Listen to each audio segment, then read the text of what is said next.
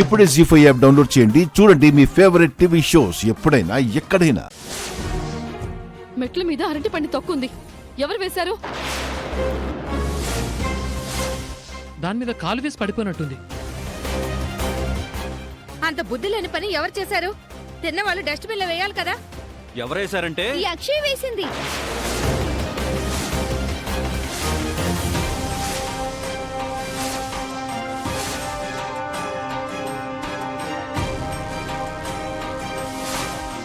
నేను వేయలేదండి.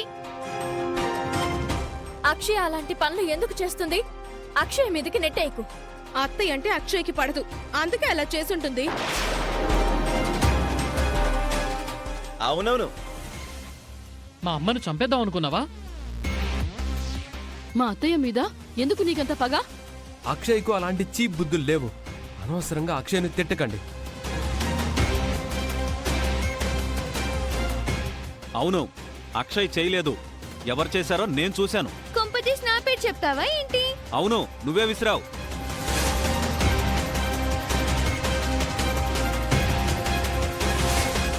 బుద్ధిలేని మాటలు మాట్లాడకు బావా.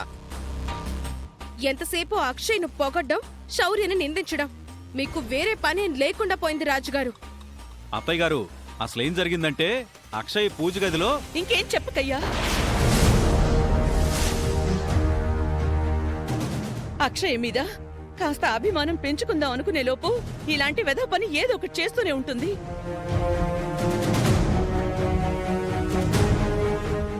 ఇంకొకసారి ఇలాంటి పనులు చేసావు అంటే ఇంటి నుంచి బయటికి గెంటేస్తాను.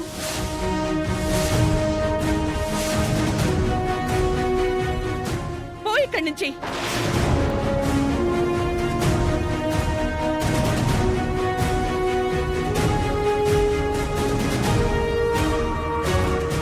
వేదా, హాస్పిటల్కి వెళ్దామా? ఏం అవసరం లేదండి, కాస్త పెయిన్ బామ్ రాసుకుంటే సరిపోతుంది. పద, రూమ్లోకి వెళ్ళి రెస్ట్ తీసుకుందు గాని.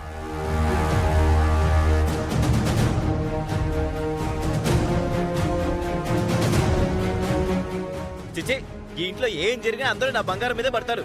నా శౌర్యకి ఏ సంబంధం లేదు. బంగారతలే, మనం పోదాం నారా. ఒక టైము లేదు, పాడు లేదు. ఎప్పుడు పడితే అప్పుడు ఏదో ఒక గోల. ఈ కొంపలో ఉంటే మనశ్శాంతే ఉండదు. మీ అమ్మేమో కొంప దాటి బయటికి పోనివ్వదు. ఎన్నాళ్ళో మనకి టార్చర్. పదండి.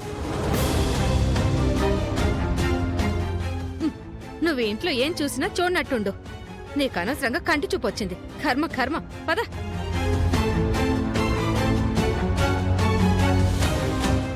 ప్రతి విషయంలోనూ అక్షయ్ని బలి చేస్తున్నారు బాబా.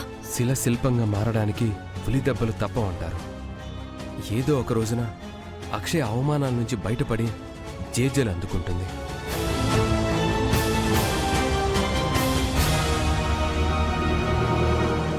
ఎక్కడున్నాడు?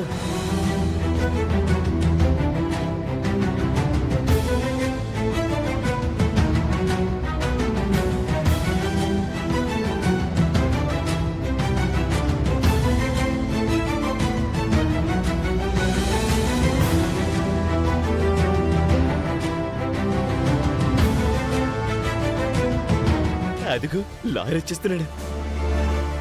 అక్క, మనం ముందు నుంచి అనుకున్నట్టుగా అందరం స్ట్రాంగ్ గా ఉండాలి. ఈ రోజు ఏది జరిగితే అది జరుగుతుంది. మేమైతే వెనక్కి తగ్గేదే లేదు. ఏ కథకైనా ఓ ముగింపు, ఏ సమస్యకైనా ఓ పరిష్కారం ఉండాలి అన్నట్టు ఈ రోజు మాత్రం మన సమస్యలకు పరిష్కారం దొరకాల్సింది. మీ గురించే ఎదురు చూస్తున్నాం. మీరు చెప్పిన విధంగానే డాక్యుమెంట్ రెడీ చేసి తీసుకొచ్చాను. బంగారం, ఇంకెందుకు ఆలస్యం, విషయాన్ని బ్లాస్ట్ చేసేద్దాం. ఏంటి మీటింగ్ పెట్టారు? లాయర్ని కూడా పిలిచారు. నీకు చెప్పుకోవడం వల్ల ఉపయోగం ఏముందన్నయ్యా? నువ్వా మా పార్టీలోకి రావు, వసంత వదనని కూడా రానివ్వవు. అయినా ఇప్పుడు మనం తీసుకున్న నిర్ణయానికి ఈ పరాన్న జీవులకు ఏ సంబంధం లేదు.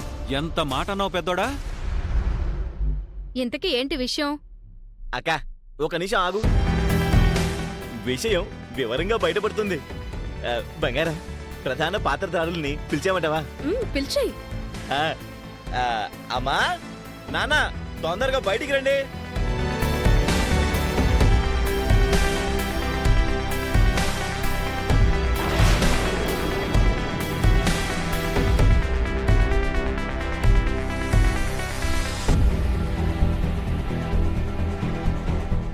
ఏమైంది? లాయర్ని ఎందుకు పిలిచారు? లాయర్ గారిని ఇంటికి పిలవాల్సినంత అవసరం ఏమొచ్చింది? లీగల్ గా వెళ్తేనే కొన్ని పనులు అవుతాయని గతంలో కూడా ఇలాంటి పనులు చేశారు కదా.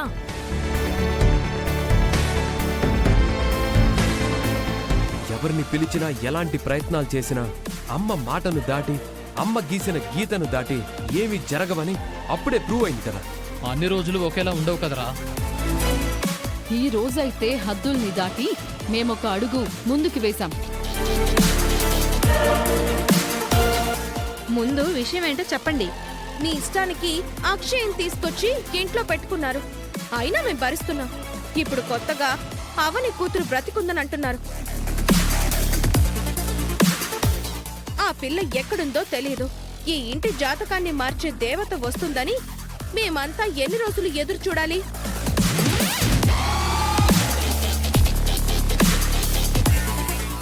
అవని కూతురు రాకపోతే మా పరిస్థితి ఏంటి?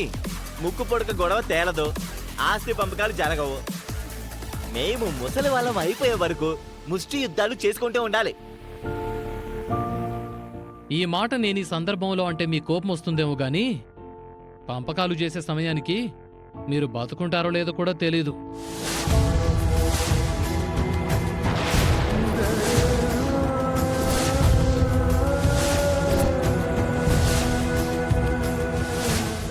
పెద్దవాళ్లు లేని ఇల్లు అన్నదమ్ముల మధ్య, తోడికోడల మధ్య పెద్ద పెద్ద గొడవలకి దారితీస్తుంది.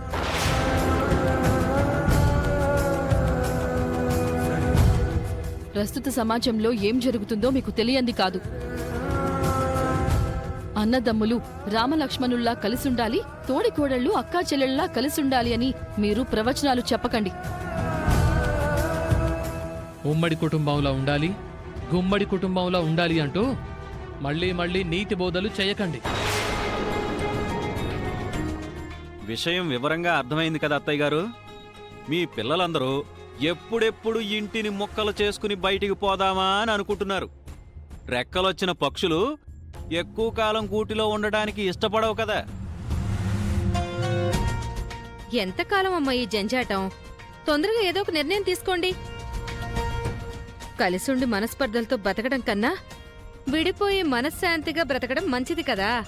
విడిపోవడంలో సంతోషం ఉంటుందని మీరు అనుకుంటున్నారు. విడిపోవడం ఓ శాపమండి.